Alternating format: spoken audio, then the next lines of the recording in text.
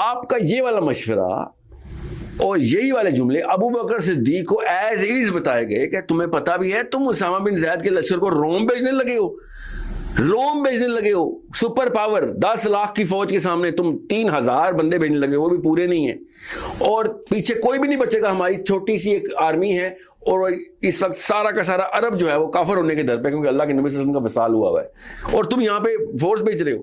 یہ حالات نہیں ہیں آرمی بھیجنے کے. تو ابو بکر صدیق نے کہا تھا کہ اگر, اور پڑھے یہ سارے, یہ طالب علم سنا رہا ہے, مفتیان آپ پڑھے, کہ اگر مدینہ کے کتے امہات المومنین کے کپڑے اپنے منہ سے کھینچ کے اس کو گھروں سے نکال رہے ہوں, اور ایک مرد نہ بچے مدینے میں ان کو بچانے والا, اور یہ پوری آرمی اس وقت کہاں پہ لڑائی کرنے گئی بھی ہو, تب بھی یہ آرمی جائے گی. تم لوگ مجھے کنوینس نہیں کر سکتے, کیونکہ اگر مدینہ کے کتے امہات المومنین کے کپڑے اپنے منہ سے کھینچ کے اس کو گھروں سے نکال رہے ہوں. سامعین محترم, آپ نے ساحل الدین صاحب کی گفتگو سن لی.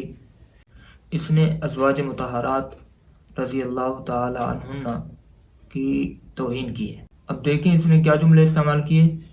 اس نے نعوذ باللہ حضرت ابو بکر صدیق رضی اللہ تعالیٰ عنہ پر بہتان باندھتے ہوئے اپنے اندر کی بھڑاس نکالی. اس کے اندر کیا ہے وہ آپ سمجھ سکتے ہیں. اس نے کیا کہا کہ نعوذ باللہ حضرت ابو بکر صدیق رضی اللہ تعالیٰ عنہ نے یہ کہا کہ اگر مدینہ کے کتے ازواج مطہرات کے کپڑے کھینچ کر ان کے گھروں سے نکال رہے ہوں تب بھی میں جو ہے رکوں گا نہیں. اب کیا نعوذ باللہ ابو بکر صدیق رضی اللہ تعالیٰ عنہ نے یہی کہا تھا؟ اب یہ کیا ہے؟ یہ اس کے اندر کی بھڑاس ہے جو نکل رہی ہے. اس سے آپ سمجھ سکتے ہیں کہ یہ کون ہے اور یہ کیا کہہ رہا ہے. ہماری یوتھ نسل کو کیسے یہ ذہنی طور پر مریض کر رہا ہے, ہماری یوتھ نسل کو کیسے حضرات صحابہ کرام رضوان اللہ تعالی علیہم اجمعین سے دور کر رہا ہے, علماء سے دور کر رہا ہے. اب دیکھیں کہ ازواج مطہرات کون ہیں, جن کے متعلق اللہ تبارک و تعالی خود فرماتے ہیں وَأَزْوَاجُهُ أُمَّهَاتُهُمْ, کہ آپ صلی اللہ علیہ وسلم کی جو ازواج مطہرات ہیں وہ تمام مسلمانوں کی مائیں ہیں. اب ہم دیکھیں اس نے کیا جملہ استعمال کیا.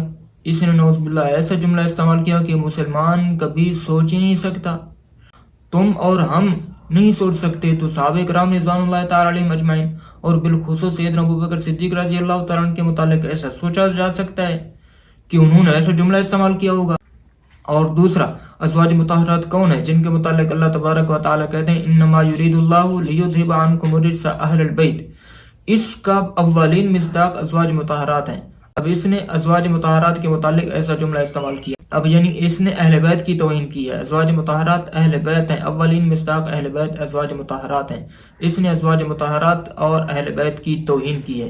لہٰذا میرے نوجوانوں سے گزارش ہے کہ آپ تھوڑا اس کو سمجھیں کہ یہ جو ہے یہ انجینئر محمد علی مرزا کی طرح ایک بہت بڑا فتنہ ہے جو ہمارے نوجوان نسل کو اسلام سے دور کر رہا ہے, علماء سے دور کر رہا ہے, مساجد اور مدارس سے دور کر رہا ہے.